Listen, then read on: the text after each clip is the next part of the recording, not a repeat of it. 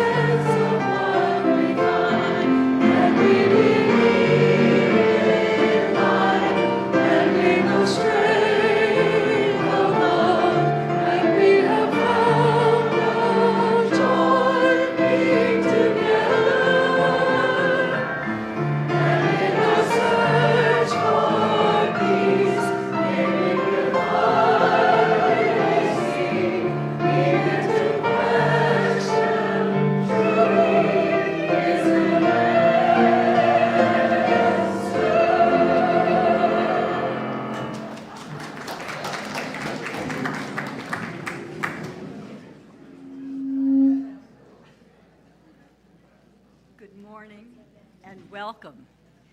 I'm Jane Rose, the co-chair of the excuse me, I have to start over again. I am Jane Rose, that part's true. I I want to say first that I am a new member of the Unitarian Universalists of Sarasota Board of Trustees, and I'm very proud to be so. And in that capacity, I am welcoming you for the first time, and you can tell I haven't done it before. I do serve as the co-chair of the UU Forum Committee, and you all are invited to come to Forum on Sunday mornings before the service begins. At 9:15 we begin. On behalf of the congregation, I am happy to extend welcome to any visitors here in the sanctuary or visiting us live stream. We're so glad you've joined us today. You are invited to participate in any and all of our events, and if you have questions about our congregation, UUSRQ, or more broadly about Unitarian Universalism, we'd love to talk with you. Just register at our virtual guest book, found via a link on our website, and I think it's showing you that up there, uusrq.org. There's also a sign-up sheet at the visitors table right outside the sanctuary here. We'll happily send you a weekly newsletter that fills you in on everything that's going on and includes links to any virtual activities. Please join us also after the service when we gather to socialize over coffee and treats in the courtyard. Today, we also want to announce that we will be featured, the Arts Council is pleased to announce a new exhibit by Creative Liberties. Creative Liberties is 4 artists, Elizabeth Goodwill, Barbara Girdman, Elaine Bouchard, and Deborah Lambert. This exhibit brings together the distinct yet personal voices of these 4 artists whose works delve into themes of memory, nature, transformation, and human impulse. Together, these artists invite us into a conversation about the traces we have left behind and the worlds we build through material and our imaginations. While viewing the art in the Lexau Gallery, which is straight across the courtyard, following the service, you will also have an opportunity, if you wish, to converse with the artists. One more announcement, there will be a meeting of the immigration volunteers in the Reeb Room at 12 noon today. Thank you.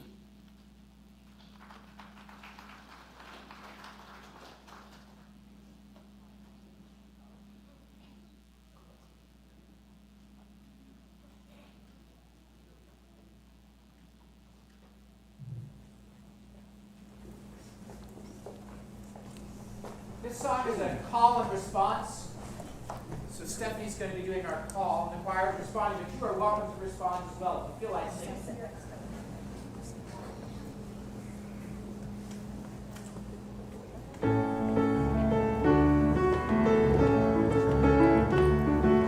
Bend the arc and break the ceiling. Bend the arc and break the ceiling. Human rights for human beings. Human rights for human beings. Bend the arc and break the ceiling. Bend the arc and break the ceiling. Human rights for human beings. Human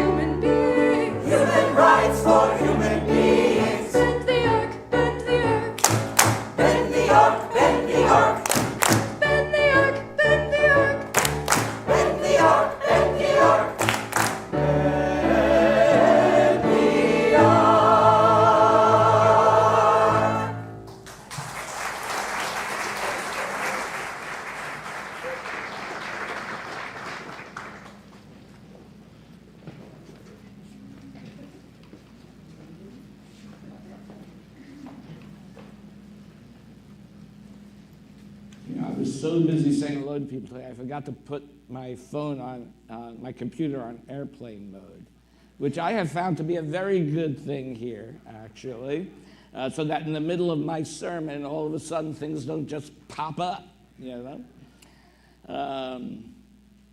Okay, so our opening reading today is from the Reverend Dr. Martin Luther King. He wrote, we are prone to let our mental life become invaded by legions of half-truths, prejudices, and propaganda. At this point, I often wonder whether or not education is fulfilling its promise and purpose. A great majority of the so-called educated people do not think logically or scientifically. Even the press, the classroom, the platform, and the pulpit, in many instances, do not give us objective and unbiased truths. To save man from the morasses of propaganda, in my opinion, is one of the chief aims of education.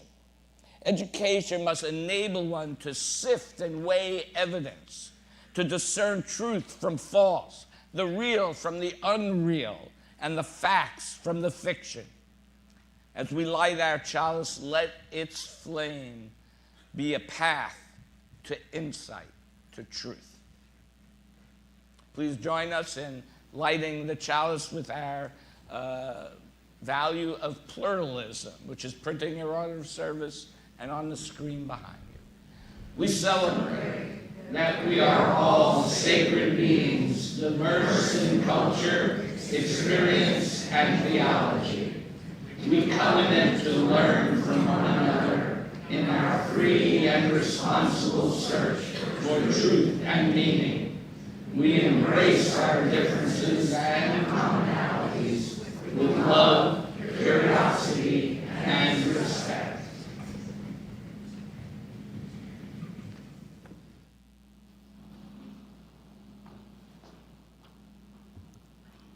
Good morning.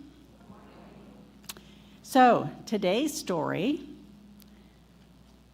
is Bobby's Awakening, written by Catherine Bonner.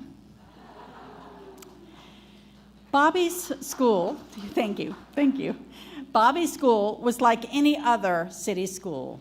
It was big and noisy and full of kids from all kinds of families and different cultures. Bobby really missed seeing his friends. They had been in school together since they were in the 3rd grade, and they spent most of their weekends together.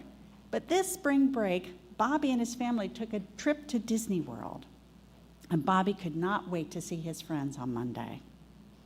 Bobby pushed through the kids and ran up the steps into school, and as he walked into his classroom, he noticed that it felt different somehow.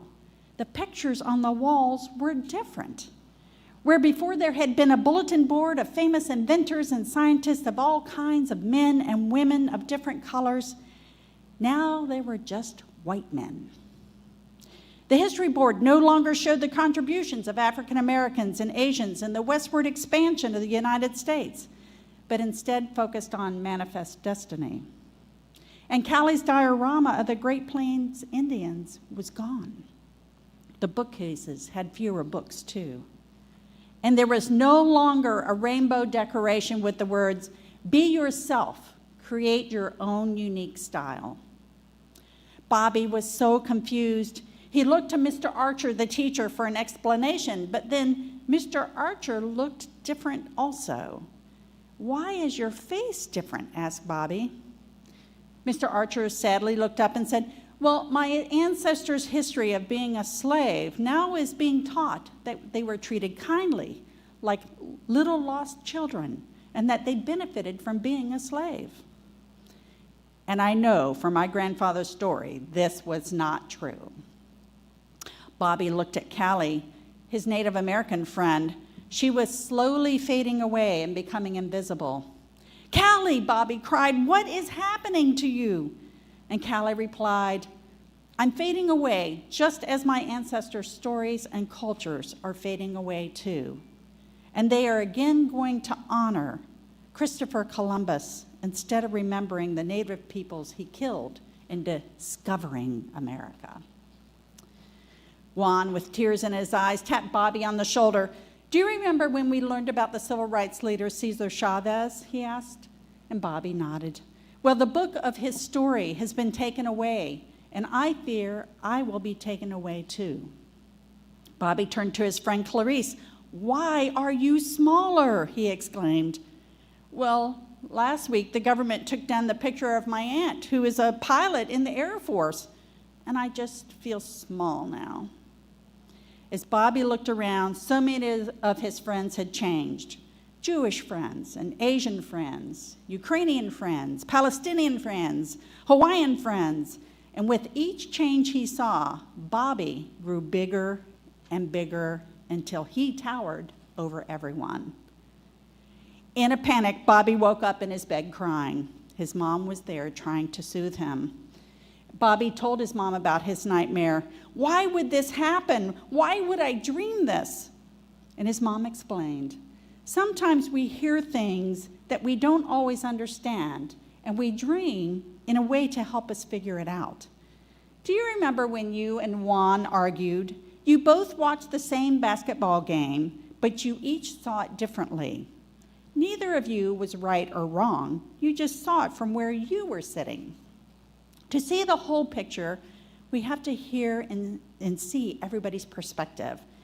Right now, there are some people who don't want you to hear everyone's perspective because they think it will make you feel bad about things that your ancestors or your government did that weren't good, or to hate your government, or to hate people because they are different, or that you will become someone they don't like if you read about it. They want you to learn only their perspective as the whole story. But what happens if my story doesn't agree with theirs? Then your story is not told. How would that make you feel? I would feel like I don't matter. Yes, and that's why your dad and I are standing up to everyone at the school board so that everyone's story can be heard. Well, I want to do that too, Mom, and I'm so glad that you do. For everyone to feel like they belong, we need to teach history from everyone's viewpoint, both the good and the bad. This is not to make children feel like they should hate people because of past history, or hate their government, or feel like they're responsible for past misdeeds. None of us owned slaves or participated in the Nazi Holocaust, but we are all still living with the attitudes and ideas from those times. The point of teaching history from everyone's point of view is so our young people can think about and create ways to make this world fair for all people. And without hearing other people's stories, they just won't know what that is. And it's all up to us to make sure history is not erased or rewritten. Thank you.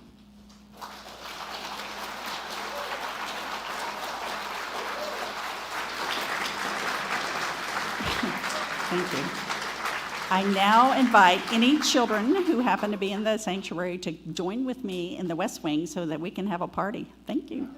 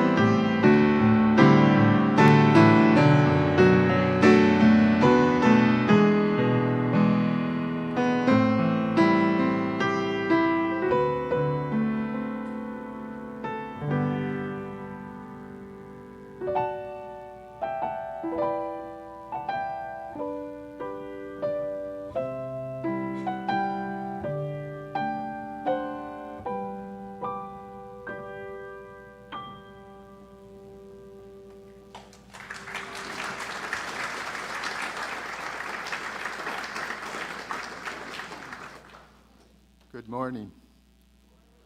I'm Dale Anderson, and I have the privilege of reading something you've probably all read before, which is an excerpt from the poem The Hill We Climb by Amanda Gorman. When day comes, we ask ourselves, where can we find light in this never-ending shade? The loss we carry, a sea we must wade. We've braved the belly of the beast. We've learned that quiet isn't always peace. And the norms and notions of what just isn't always justice. We are striving to forge our union with purpose, to compose a country committed to all cultures, colors, characters, and conditions of man. Let the globe, if nothing else, say that this is true, that even as we grieve, we grow, that even as we hurt, we hope, and that even as we tire, we try. Because being American is more than a pride we inherit. It's the past we step into and how we repair it. We've seen force that would shatter our nation rather than share it, would destroy our country if it meant delaying democracy. But while democracy can be periodically delayed, it can never be permanently defeated. In this truth, in this faith, we trust. For while we have our eyes on the future, history has its eyes on us. How could we possibly prevail over catastrophe? Now we assert, how could catastrophe possibly prevail over us? We will not march back to what was, but move forward to what shall be, a country that is bruised but whole, benevolent but bold, fierce and free. We will not be turned around or interrupted by intimidation, because we know our inaction and inertia will be the inheritance of the next generation. We will raise this wounded world into a wondrous one. We will rise from the gold-limbed hills of the West. We will rise from the windswept Northeast, where our fathers first realized revolution. We will rise from the lake-rimmed cities of the Midwestern states. We will rise from the sun-baked South. We will rebuild, reconcile, and recover. In every nook known of our nation, in every corner called our country, are people diverse and dutiful. We'll emerge battered but beautiful. When day comes, we step out of the shade, aflamed and unafraid. The new dawn blooms as we free it. For there is always light, if only we're brave enough to see it, if only we're brave enough to be it. As we go into a time of silence, I ask you to contemplate what it is that gives you the courage to keep shining the light of truth.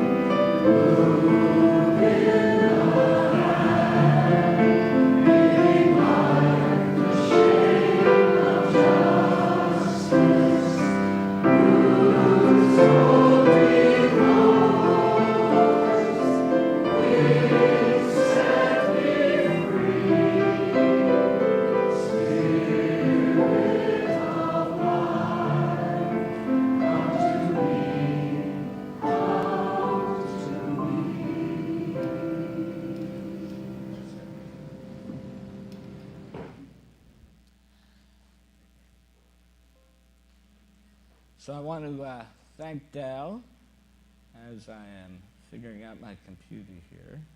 Not thinking while I am. There we go.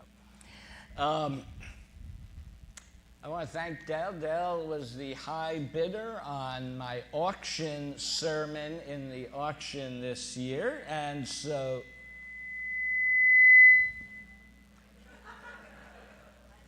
okay.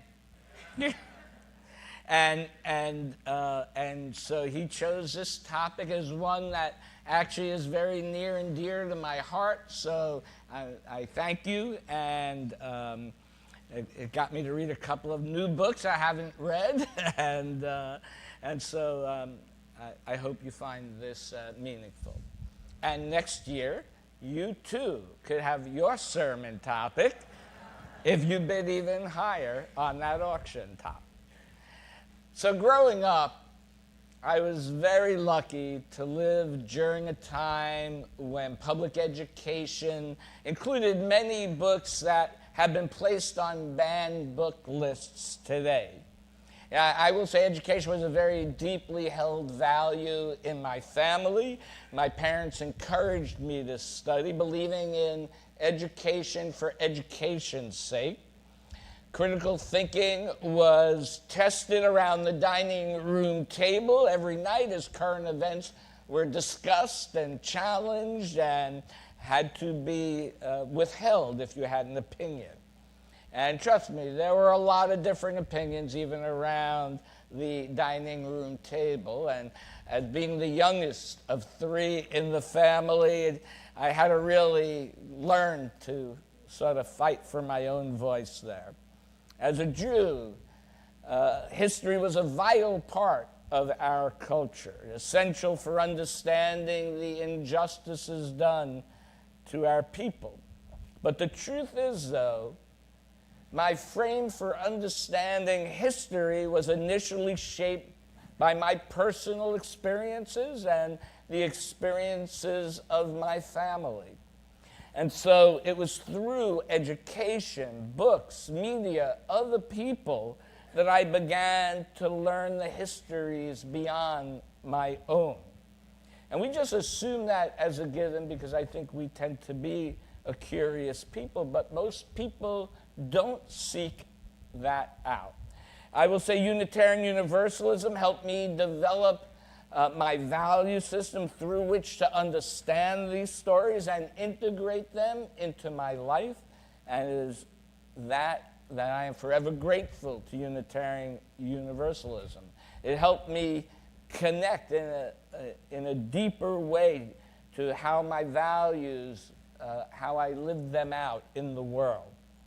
Now, our shared value of the free and responsible search for truth and meaning requires us to dig a little deeper, to understand the nuance, and to resist simplistic narratives of the past.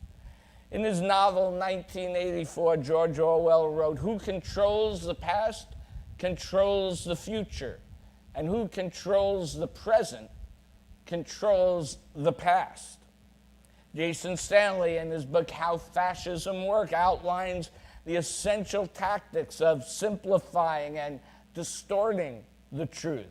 He shows how authoritarian regimes, past and present, begin by reshaping collective memory, by presenting a mythic past and demonizing those who question it.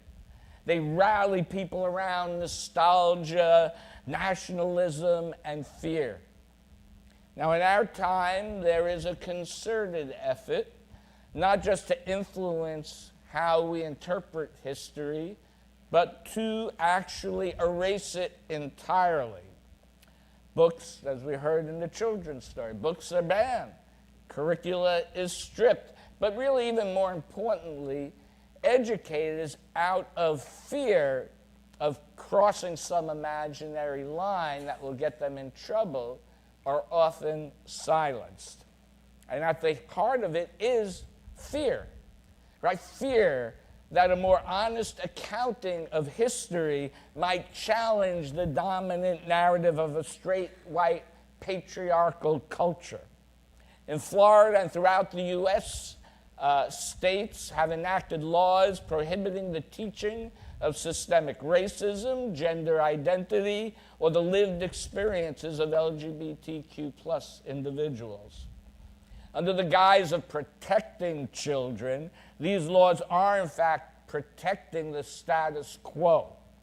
They deny BIPOC, LGBTQ plus, and other marginalized young people access to their full heritage. More than that, though, they deny all children, the opportunity to learn about people that have different experiences and histories other than their own. This isn't even just about talking about distant history, about Columbus or George Washington cutting down the cherry tree and admitting it. I mean, they're little moral tales, but they're not actual history in what we talk about. But since this current administration has taken power, thousands of public web pages, mostly related to BIPOC, LGBTQ plus, and women's issues, have been deleted. Some have been restored through public pressure and other laws, but the trend remains a systemic obscuring of history and of information that could actually benefit people. We are talking about health studies, that how different health outcomes affect different groups of people, and they've been eliminated. So this is not political. I want to be really clear about this.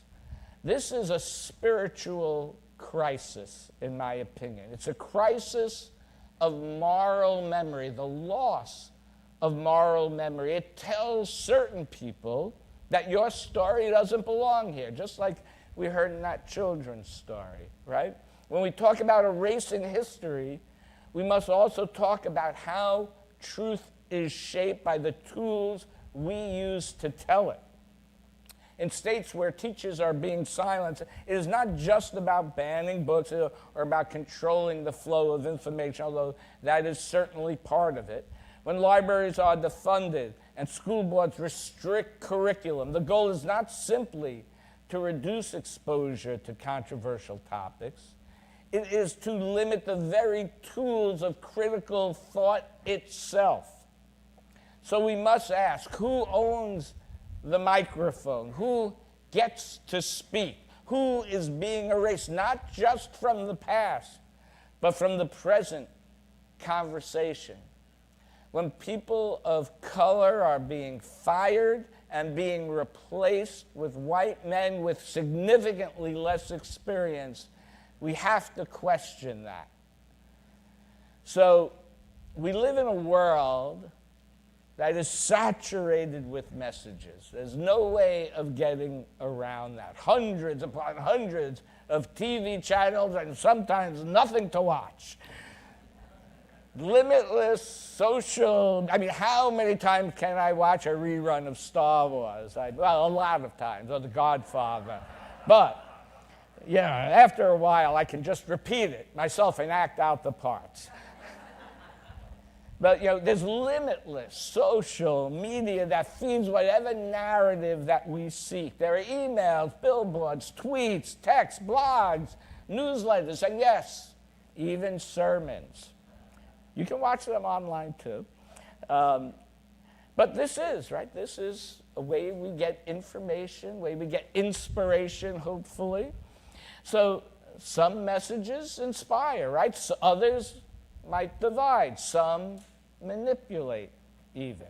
Throughout history, those who have controlled the means of communication have shaped the dominant narrative, whether through scrolls or printing presses, airwaves, or now digital platforms. Power has often resided with those who would decide which stories were told and which were silenced. And every time a new technology emerges, it brings a wave of promise and a wave of peril.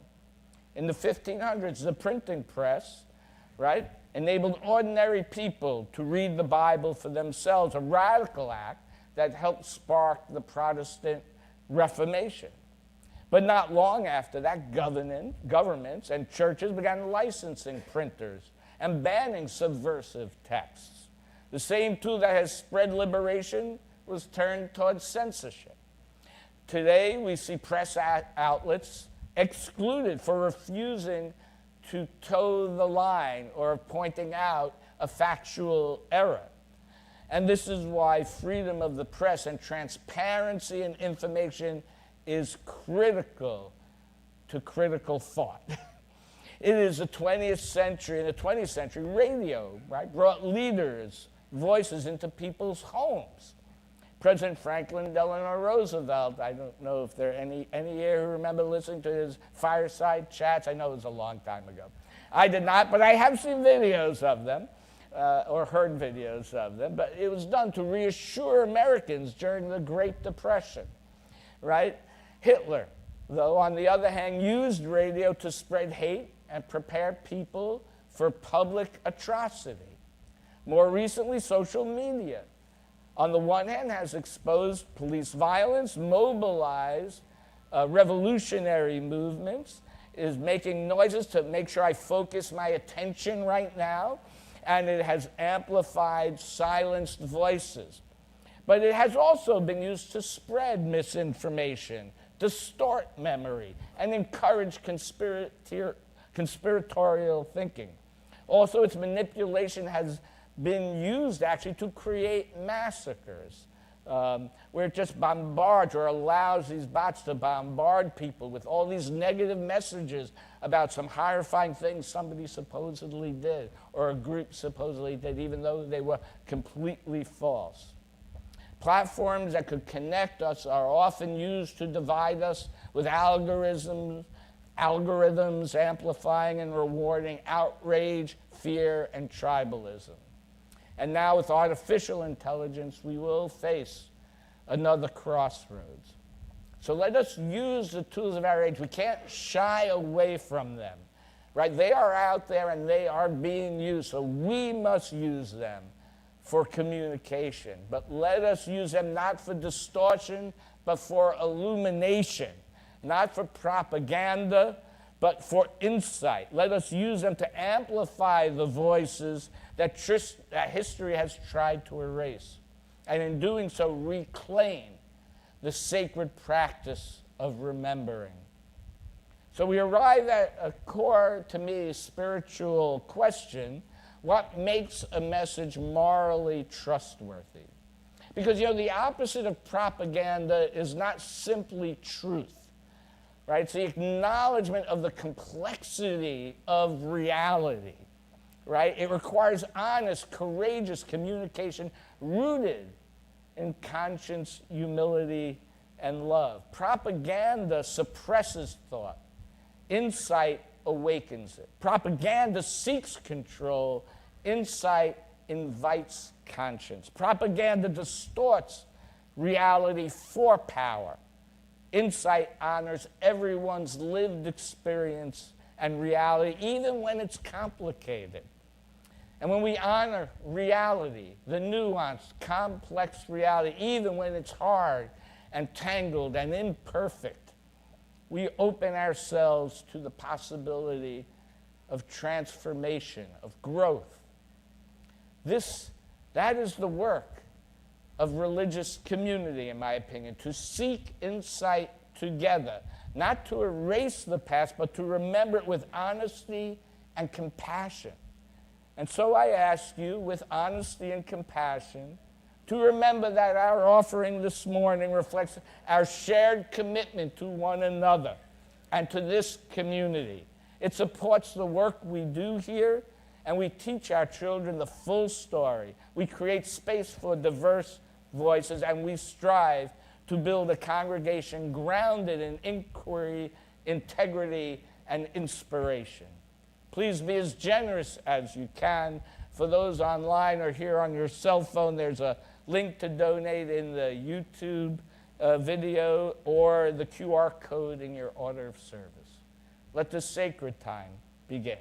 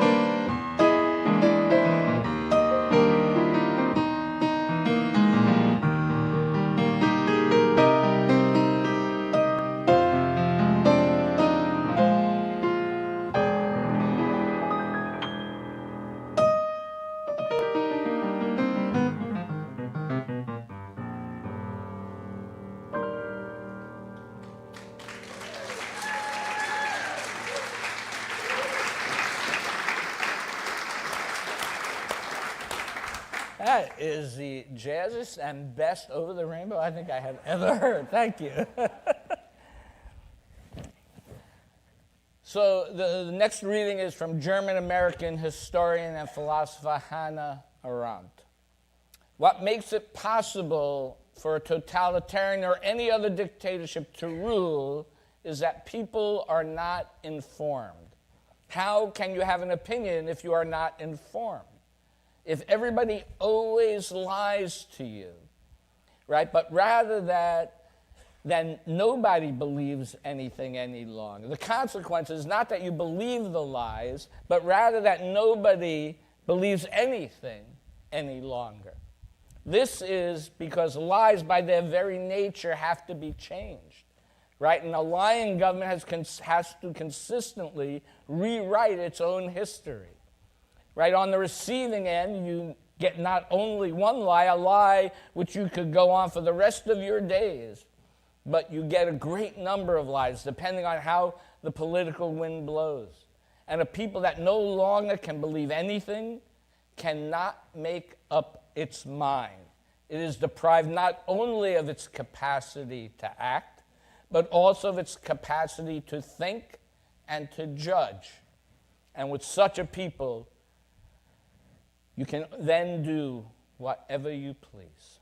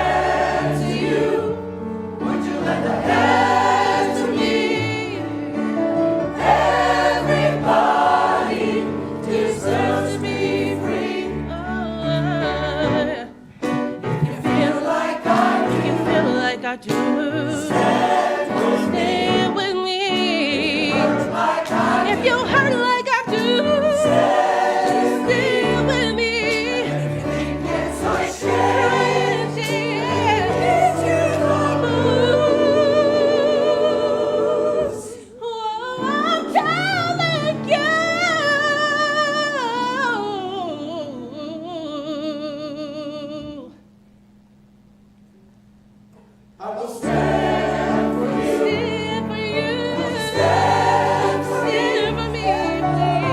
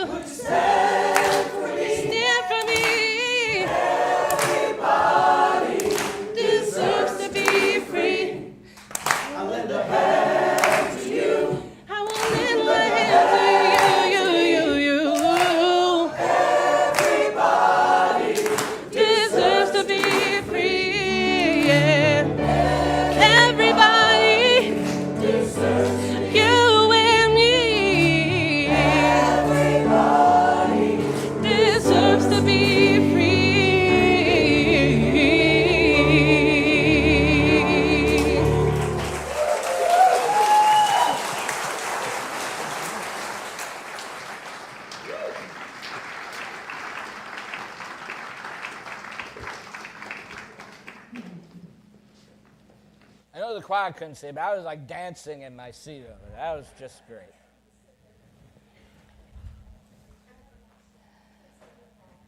So why is it? Why is it so important to remember our history in the fullness of everyone's experience?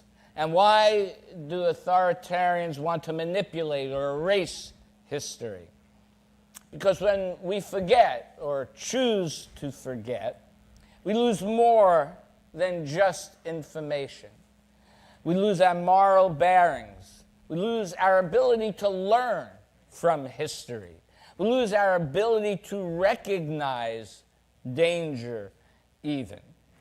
And we lose, when it returns in a new disguise, and we lose the memory that we have overcome authoritarianism and their tendencies before. We need to always remember that. Forgetting is not neutral, it is active. It is often encouraged by those who benefit from our silence.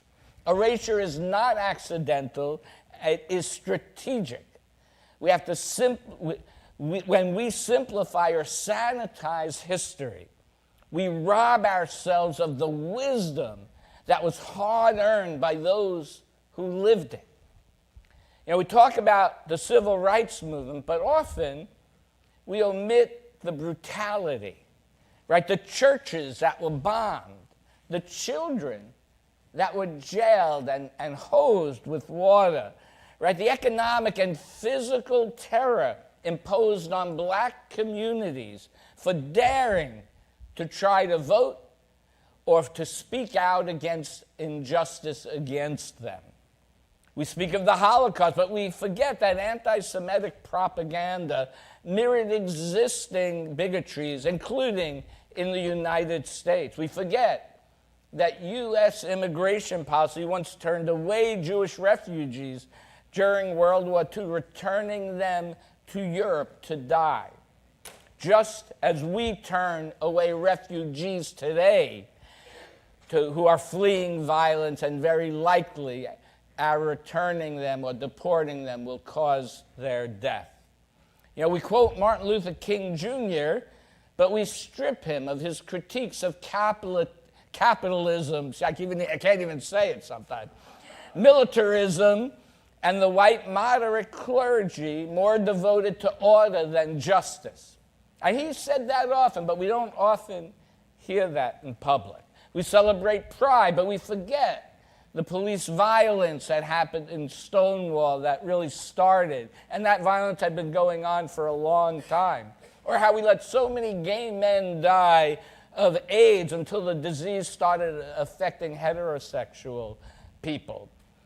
As well as many early LGBTQ leaders were black and brown trans women living in poverty. We don't really ever talk about that.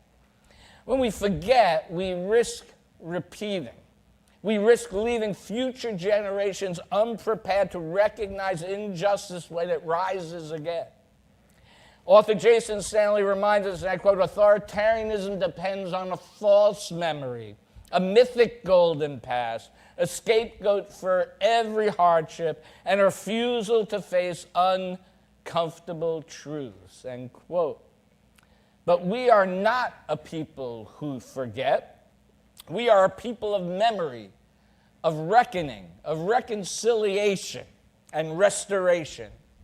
And in that remembering, there is power, there is hope, right? There is a possibility of something new still yet to emerge. And in the face of these efforts to erase, censor, and silence, there is a powerful countercurrent. We've seen students walk out of classrooms. We have seen teachers find creative ways to teach the truth despite the risk to themselves. We have seen the creation in Asala of a Saturday educational class to teach African American history. We see people hosting banned book clubs, faith communities speaking out. I know it was almost a year ago we had a banned book event down in Venice. I know many in our congregation were a part of that. And here too, we are part of that resistance. We are the memory keepers. Now, some postmodern thinkers argue that truth is always constructed by language, power, and culture. That can be both freeing and also very disorienting, I admit that. But I believe there is, as always, a middle way. Even if we can't access a universal truth, we can commit to shared values. Honesty over manipulation, curiosity over certainty, equity over dominance, dialogue over silence. In a world where people experience reality so differently across race, gender, culture, and history, it can be tempting to give up on the idea of a universal truth. And yet, if we abandon truth entirely, we risk falling into cynicism or moral relativism, where nothing can be known, and everything becomes a matter of power or opinion. As a Unitarian Universalist, and I myself call myself a mystical humanist, I believe there may be a universal truth, whether we find it or not. Maybe it's a truth we can possess or not, but it is a truth we must approach together, humbly and relationally. Perhaps truth is not so much a fixed destination, but a sacred practice to listen with love, to remember what has been erased, to repair what has been broken, to be willing to change. And Unitarian Universalists are not relativists. We believe in freedom, but with responsibility. Our values lead us to support those historically harmed by systems of power, to create space for difficult, even uncomfortable truths or information. Challenge hate speech wherever and whenever it appears, and to uphold the freedom of conscience and compassion together. Right? How do you keep compassion for those who would speak harsh things to us? What can we do? Well, we can start by telling our truth as loudly and as long as needed. That is critical. We cannot be silent in a time of lies. You know, there is a quote often attributed to George Orwell. In a time of deceit, telling the truth is a revolutionary act. Now, I will tell you, it sounds like it came from the book 1984. I looked through that entire book. Fortunately, on Kindle, you can just search, but that's why I use Kindle a lot. But I could not find that or any other place where he wrote. And I felt like 2 hours researching that. This is the fun of doing sermons. But the truth is, it doesn't matter. The spirit of that quote still resonates, right? In a time of deceit, telling the truth is a revolutionary act. That's still a true statement, no matter who said it. So I invite you to continue to speak truth to power in your families, in your classrooms, in this sanctuary, in adult RE, in your public life. Support local teachers and librarians who are facing censorship. Read and teach banned books. Invite speakers from marginalized communities. Show up and speak out at school board meetings. I know there are many of you who do that. Practice spiritual humility, listening deeply to stories that stretch our understanding. I remember the first time I started doing this, and I was like, what? What? Like, that's not my experience, but you know, that was other people's experience, very different than mine. I could go through stories of that, but we're already running late. But we do this by sharing our space with our community partners. We did this just even last week, hearing powerful and heartfelt reflections on motherhood, each shaped right, by different unique perspectives and life experiences. Right? We can't change laws overnight, but we can change the culture around us and in the larger community. One truth, one conversation, one courageous act at a time.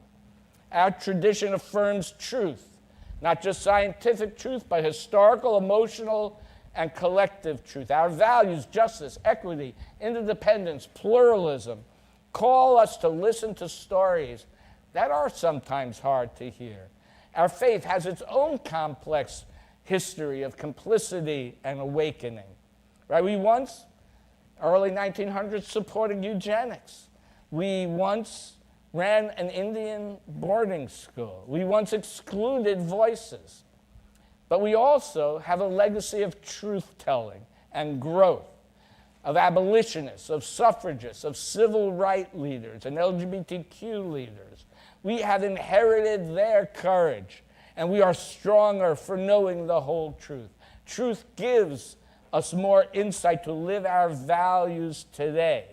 And it means standing firmly against the erasure of history, not because we want to live in the past, but because we believe in a future grounded in truth.